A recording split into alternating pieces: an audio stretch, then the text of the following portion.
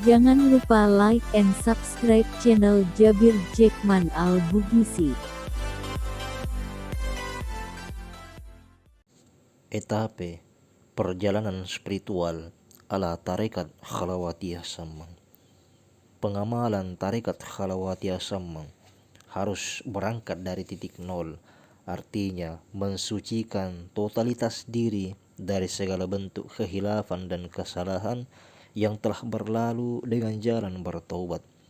Karena hanya dengan jalan inilah seseorang dapat memasuki proses pensucian diri tasfiyah. Dalam dunia tarekat dikenal dengan istilah segala sesuatu yang tidak dimulai dengan pensucian diri maka tidak akan sampai kepada penghujung yang bersinar. Dalam ajaran tarekat Khalawatiyah Sammang, setidaknya ada 3 etape perjalanan spiritual yang mesti dilalui dalam rangka proses pensucian diri menuju kehadirat Allah Subhanahu wa taala. Ketiga etape itu, yang pertama, taubat. Berkali-kali Allah Subhanahu wa taala menyuruh kepada hambanya untuk bertaubat, karena sesungguhnya Allah menjanjikan kemuliaan dan keberuntungan yang tak terkira. Allah Subhanahu wa taala berfirman di dalam Al-Qur'an, "Wa tubu ilallahi jami'an ayyuhal mu'minuna la'allakum tuflihun." Dan bertaubatlah kamu sekalian kepada Allah, hai orang-orang yang beriman, supaya kamu beruntung.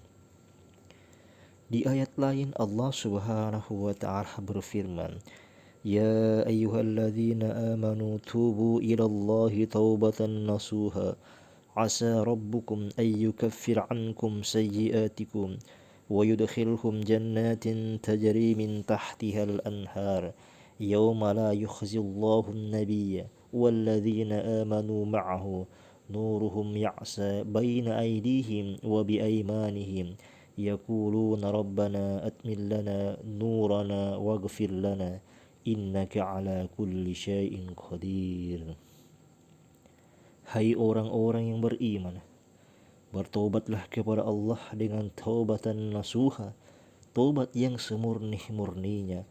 Mudah-mudahan Rabbmu akan menutupi kesalahan-kesalahanmu dan memasukkan ke dalam jannah yang mengalir di bawahnya sungai-sungai.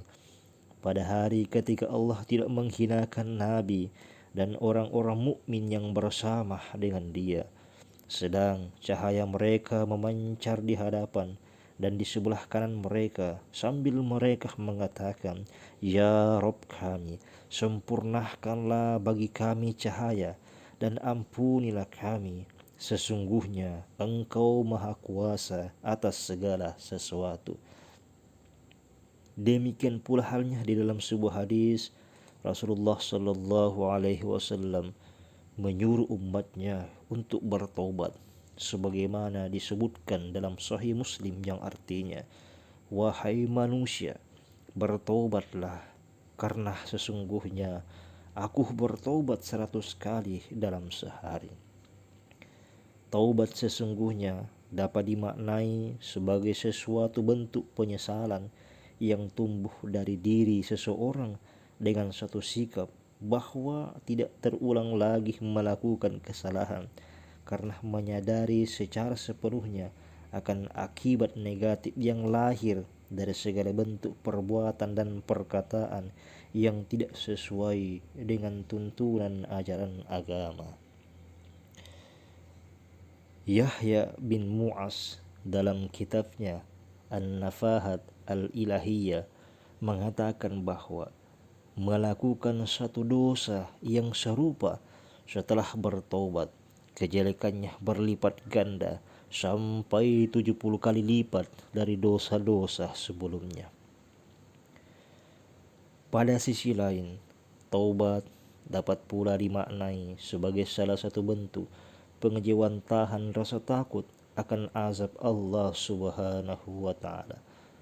Orang seperti ini baru dikatakan orang yang taubat atau ta'ib, atau rasa malu terhadap Allah Subhanahu wa taala yang sifat dan zatnya maha suci dan maha mulia.